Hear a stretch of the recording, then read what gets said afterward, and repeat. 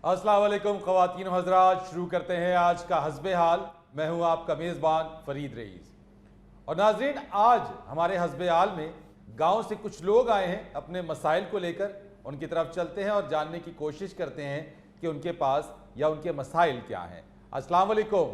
वालेकुम सलाम जनाब, खैरियत है जनाब? जनाब बिल्कुल ठीक ठाक। बड़ी मेहरबानी बाबूजी, अल्लाह पाक जिंदगी से तंदुरुस्ती रखे और अल्लाह तरक्कियां दे जनाब। गल ये है कि अपना बेटे फरीद साहब है ना, फरीद साहब, बाबूजी गल ये है फरीद साहब कि हम सारे जो लोग हैं ना जी, हम शीरे वाली से आते हैं, हमारा गांव है शीरे वाली, वहाँ से हम हाजिर होते हैं।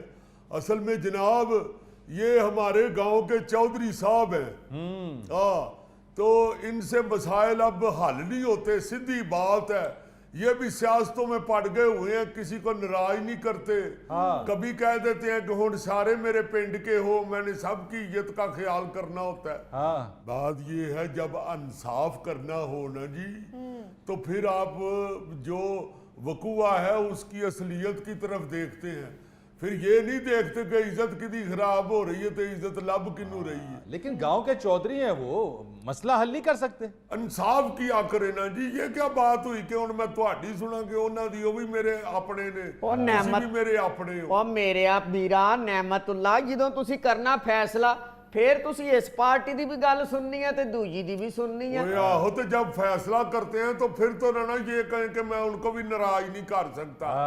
बात ये है फरीद साहब कि ये मेरे जोआई भाई हैं, राणा अशरफ साहब। अच्छा।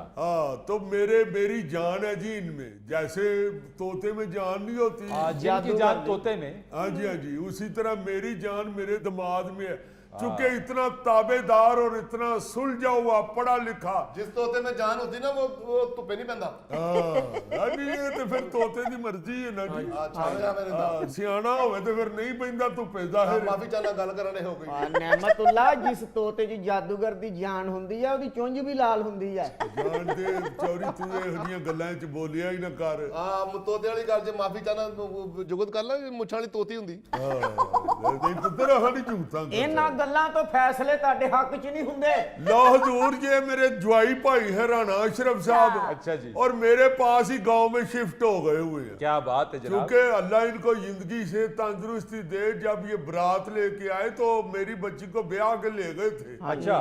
मगर जब आना जाना हुआ तो इन्होंने कहा कि आपके गांव के बड़े मसाइल हैं और बड़ा पस्ता हालत है आपके गांव की, तो मैं चाहता हूं कि आपके गांव को मैं तरक्की की राह पे गामजन कर दूं। मैं चाचे के पास ही रहता हूँ, मैंने चाचे के लिए दुनिया छोड़ दी है।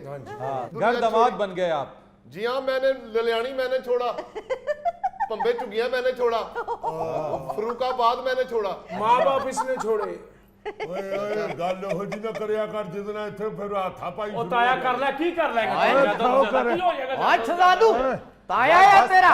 बस यार ना लड़े इस नहीं यार। बात से ही आप समझ गए होंगे कि कितना बदतमीज आदमी है ये सका भतीजा जे मेरा।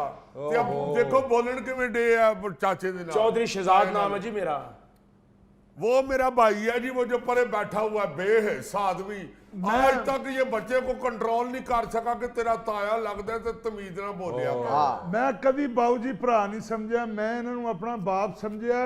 ਬੱਚਾ ਇਹੋ ਜਿਹਾ ਅੱਜ ਕੱਲ ਮੂੰਹ ਜ਼ੋਰ ਹੱਥ ਨਹੀਂ ਹੁੰਦਾ। मुंह जोर है तो मुंह तोड़िया नहीं जाता। अब देखे फरीद साहब, अब मसला क्या है ताजा। मसला ये है कि ये भतीजे मेरे ने ना जी गांव में कनक खरीदी है 5000 रुपये मन। अच्छा भाई यही नहीं बोले, मगर हमारा हक बनता है कि अगर हमें कहीं से सस्ती चीज मिले तो हम खरीदे। बिल्कुल आपका हक है। मेरे दामाद ने, राणा साहब ने कहा कि अब्बा जी बात ये है चाचियों कि मैं अगर इससे सस्ती ला के कनक अपने गांव वालों को दूं तो मेरा ख्याल है दुआएं भी हैं और इज्जत में इजाफा भी होता है खिदमत करने से इंसानों की। मैं कहा बिल्कुल ठीक है। ये अपने गांव चले गए उधर है जी। इन्होंने अपने गांव में जाके, जाते ही है ना जी पिंड अपने, तो सारा पिंड दरवाजे बंद कर लेता है। हाँ जी हाँ जी, लाल नेरी ते राणा जदों पिंड च बड़े बूहे लोकी बंद कर लेंदे। ਉਹ ਲੋ ਫੇਰ ਆ ਗਿਆ ਜੀ। तेनू तो ਉਂਝ ਨੇਰੀ नहीं चौरी भुलन डई, जदों नेरी चले कदी टाली तो लाई दा चौरी। ਕਦੀ ਕਿਸੇ ਦੇ ਕੋਠੇ ਤੋਂ ਚੁੱਕ ਕੇ ਲਿਆਈਦਾ ਚੋਰੀ, कभी किसी कंध दे नाल लगा हुंदा है चोरी, जानते की करना है। अच्छा, तो गांव के लोग क्यों दरवाजे बंद कर लेते हैं? वो बाबूजी इसलिए मुझे देख के बंद कर लेते हैं, दूर बैठे सुनने ना। हाँ सुनते ने पुत्र। कान ठीक है अभी? जनाब मैं अपने पिंड दा बूहा कोई खुला रहने नहीं दिंदा, हालात ठीक नहीं है और मैं बंद करके रखता हूँ दरवाजे। ना वो बंद करे तो मैं खुद जाके रात को बंद करता हूँ। मैं गांव की इज्जत को इज्जत समझता हूँ। अच्छा। और दरवाजे में बंद कर देता हूँ कि अब आप ये देखें, इसी सोच से ही आप समझ जाएं कि कितना प्यारा इंसान है राणा, माशाल्लाह। ख्याल रखने वाले इंसान हैं। हाँ, तो राणा साहब ने जाके ना जी गांव वालों के घर घर दरवाजा खटखटा के कहा कि भाई गल सुनो, इस दफा कणक आपने गंदम मुझे देनी है, क्योंकि मैं अपने ससुराल लेके जाना चाहता हूँ और मेरा इज्जत बिस्ती का मसला है, तो आपने मुझे सस्ती भी देनी है। ठीक है। लो जी, गांव वालों ने सारे ने इकट्ठे होके क्या कि गल सुनो, राणा साहब जो कह रहे हैं ना उनकी बात सुन ले, वरना फिर तरले मिन्नतों से भी उसने मना ही लेना है। अल्लाह तो बहु फरीद जी, मैं ऐसा करता हूँ कि गांव वाले मेरी बात भी सुनते हैं और हर दफा अपने ऊपर से वार के देसी कुकड़ी भी देते हैं। तो राणा साहब ने कहा कि बात ये है कि 4000 रुपए मन में दूंगा तो मुझे गंदम दे दे। ठीक है। लो जी, राणा साहब ने उन्हें 4000 रुपए मन गंदम दे दी।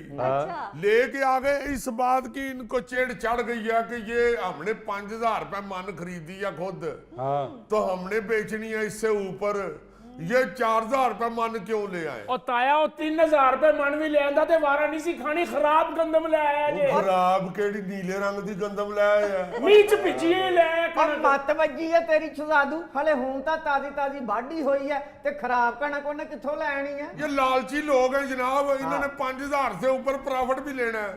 तो राणा साहब ने 4000 रुपए गंदम ले आके तो 4 की दी है। वो मैं कह राणा साहब बचेगा की? कहते ने जीड़ी मैं बोरी घर छड़ के आवांगा ओदी मजदूरी मैनू बच जाएगी। हर घर में राणा साहब कणक की बोरी अपने कमर पे उठा के छोड़ के आए हैं। माशाल्लाह माशाल्लाह, मजदूरी मजदूरी दे 18000 रुपया बचे है। अच्छा, हर घर में बोरी खुद छोड़ कर आए? हाँ जी, तेरे राणा किस चीज की दवाई है राणा? मैं पिंड वाले ਨੂੰ ਕੰਮ ਨਹੀਂ ਕਰਨ ਦਿੰਦਾ। ਪਿੰਡ 'ਚ ਕੋਈ ਬਿੱਲੀ ਛੱਡਣੀ ਹੋਵੇ ਦੂਰ ਨਹਿਰ ਤੇ ਮੈਂ ਛੱਡ ਕੇ ਆਉਣਾ। ਕੋਈ ਬੱਕਰੀ ਬਿਮਾਰ ਹੋ ਜਾਏ, ਅੱਲਾ ਮਾਫ ਕਰੇ, ਮੋਢਿਆਂ ਤੇ ਰੱਖ ਕੇ ਮੈਂ ਲੈ ਕੇ ਜਾਣਾ ਹਸਪਤਾਲ, ਨਾਲ ਮੂੰਹ ਨਾ ਕਰਨਾ। ਲੋਕੀ ਰਾਹ ਦੇ ਹਾਸੇ ਵਾਲੀ ਗੱਲ ਨਹੀਂ ਬਾਊ ਜੀ, ਲੋਕੀ ਰਾਹ ਦੇ ਦਿੰਦੇ ਆ ਕਿ ਰਾਣਾ ਹੁੰਦਿਆ। ਕੋਈ ਪਿੰਡ 'ਚ ਵਿਆਹ ਹੋਵੇ, ਮੈਂ ਮੁੰਡੇ ਵਾਲਿਆਂ ਦਾ ਛੁਹਾਰੇ ਵਾਲਾ ਥੈਲਾ ਕੁੜੀ ਵਾਲਿਆਂ ਦਾ ਘਰ ਛੱਡ ਕੇ ਆਉਣਾ। ਹਾਂ ਜੀ, ਇੱਕ ਦਿਨ ਆਪਣੇ ਘਰ ਛੱਡ ਆਇਆ ਤੇ ਫਿਰ ਉਹ ਬੇਇੱਜ਼ਤੀ ਹੋਈ ਨਾ ਰਾਣੇ ਦੀ। ਇਹ ਤਾਂ ਤੁਹਾਨੂੰ ਸਾੜਾ ਹੈ, ਇਹ ਤਾਂ ਤੁਹਾਨੂੰ